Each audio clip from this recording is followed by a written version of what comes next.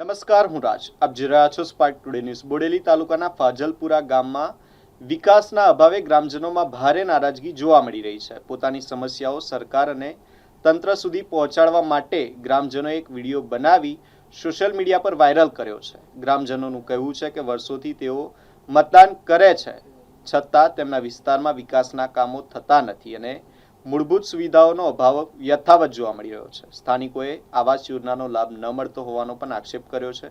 ગ્રામજનોના જણાવ્યા મુજબ વરસાદી ઋતુ દરમિયાન કોતરના ઘરોમાં પાણી ભરાઈ જાય છે, જેના કારણે રોજિંદુ જીવન મુશ્કેલ બની જાય છે.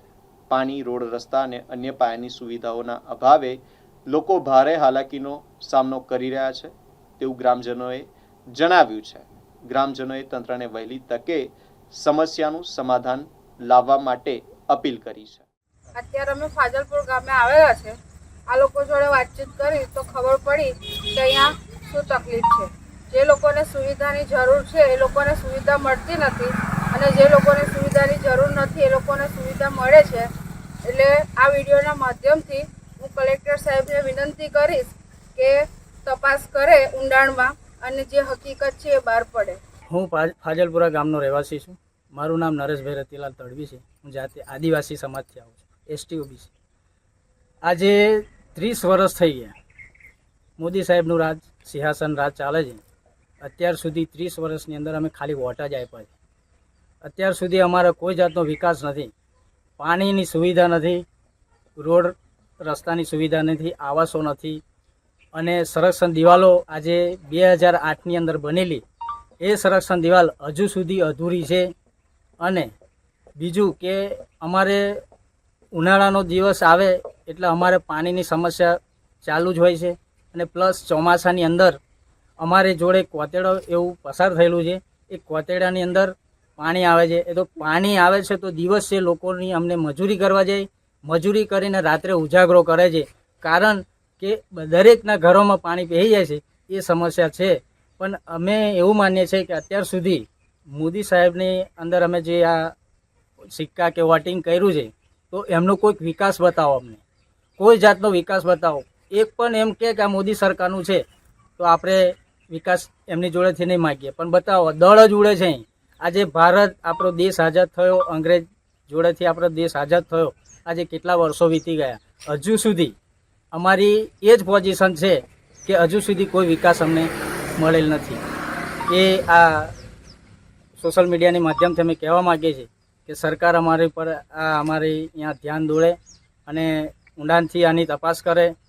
અને કલેક્ટર સાહેબને વિનંતી કે ઊંડાણથી તપાસ કરે અને આને જેને મળવા પાત્ર શું છે એ બધું તપાસ કરી અમને આ લાભ આપે એ અમારી માંગ છે. અમે અત્યારે ફાજલપુર ગામમાં આવ્યા છે.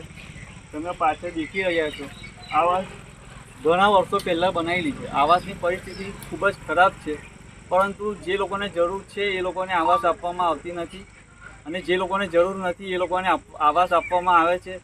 અહીંયા આગળ અમે જોયું તો એક ઘરની અંદર 2 લોકોને આવાસ આપવામાં આવે છે. તો જ્યારે આવાસ આપવામાં આવતી હોય છે તો તાલુકા વિકાસ અધિકારી, મામલતદાર સાહેબ તપાસ કરતા હોય છે કે આ વ્યક્તિને આવાસ આપવી જોઈએ કે નહીં, એ આવાસને લાયક છે કે નથી, એની પરિસ્થિતિ કેવી છે એ તપાસ કરીને આવાસ આપતા હોય છે.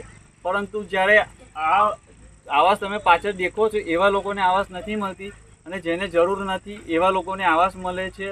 અને એક ઘરની અંદર 2 જણને આવાસ મળે છે તો આ મંજૂર કેવી રીતના થાય છે એક તપાસનો વિષય છે. કારણ કે અમારી જોડે આ જે ગામના લોકો એકત્રિત થયા છે એ પોતાની સમસ્યા લઈને અમારી જોડે એકત્રિત થયા છે. એટલે મામલતદાર સાહેબને, તાલુકા વિકાસ અધિકારીને, કલેક્ટર સાહેબને હું આ વિડીયોના માધ્યમથી કહેવા માગું છું કે ફાજલપુર ગામની અંદર જે આવાસો મંજૂર થઈ છે એની તપાસ કરવામાં આવે અને જે લોકોની મંજૂર નહીં થઈ એની બી તપાસ કરવામાં આવે. અને અત્યાર સુધી કેટલા લોકોએ ફોર્મ ભરીને તલાટી અને સરપંચને આપ્યા છે એની બી તપાસ કરવામાં આવે અને જેને જરૂર છે, જરૂરિયાત વ્યક્તિ છે, એમને આવાસ આપવામાં આવે એવી હું આ વિડીયોના માધ્યમથી તમારા સુધી આ મેસેજ પહોંચાડવા માગું છું.